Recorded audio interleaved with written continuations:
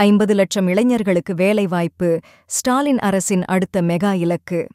தமிழ்நாட்டில் தனது அரசு பொறுப்பேற்ற பிறகு ஈர்த்த 10 லட்சம் கோடி ரூபாய் முதலீடுகளில் 60% பணிகள் நிறைவேறியிருப்பதாக முதலமைச்சர் ஸ்டாலின் தெரிவித்துள்ளார்.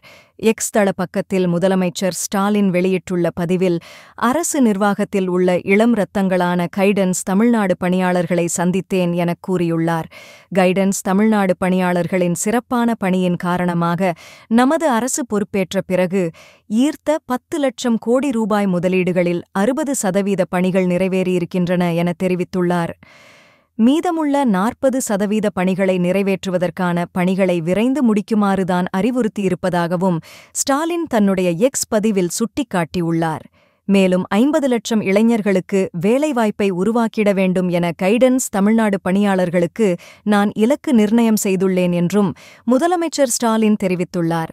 முதலமைச்சர் வெளியிட்டுள்ள இந்த தகவலின் அடிப்படையில் கடந்த 3 ஆண்டுகளில் 10 லட்சம் கோடி ரூபாய் அளவிலான முதலீடுகள் ஈர்க்கப்பட்டு அதில் 6 லட்சம் கோடி ரூபாய் அளவிலான முதலீட்டு பணிகள் நிறைவேறியிருக்கின்றன என்பது தெரியவந்துள்ளது.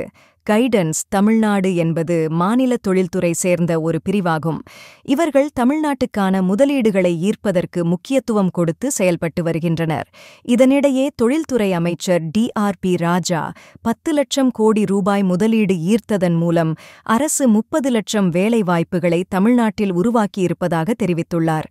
இது தொடர்பாக தன்னுடைய எக்ஸ் பக்கத்தில் பதிவு செய்துள்ள தொழில்துறை அமைச்சர் DRP ராஜா, கடந்த 3 ஆண்டுகளில் மட்டும் தமிழ்நாட்டில் 10 லட்சம் கோடி அளவிலான முதலீடுகள் ஈர்க்கப்பட்டுள்ளன என பெருமிதம் தெரிவித்துள்ளார்.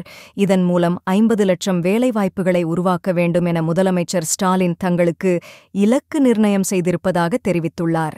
இது தமிழ்நாட்டின் பொருளாதாரத்தை $1 டிரில்லியன் பொருளாதாரமாக மாற்ற வேண்டும் என்ற முதலமைச்சரின் இலக்கை நோக்கிய பயணம் என்றும் அவர் தெரிவித்துள்ளார். முதலமைச்சர் ஸ்டாலின் 2 வார அரசு முறை பயணமாக அமெரிக்காவுக்கு சென்றிருந்தார். அப்பொழுது பல்வேறு துறை சார்ந்த நிறுவனங்களின் தலைவர்களை சந்தித்து தமிழ்நாட்டில் முதலீடு செய்ய வரும்படி அழைப்பு விடுத்தார். இந்த பயணத்தின் போது மைக்ரோசிப் டெக்னாலஜி, நோக்கியா, பேபால் உள்ளிட்ட பல்வேறு முன்னணி நிறுவனங்கள் தமிழ்நாடு அரசுடன் புரிந்துணர்வு ஒப்பந்தத்தில் கையெழுத்திட்டுள்ளன.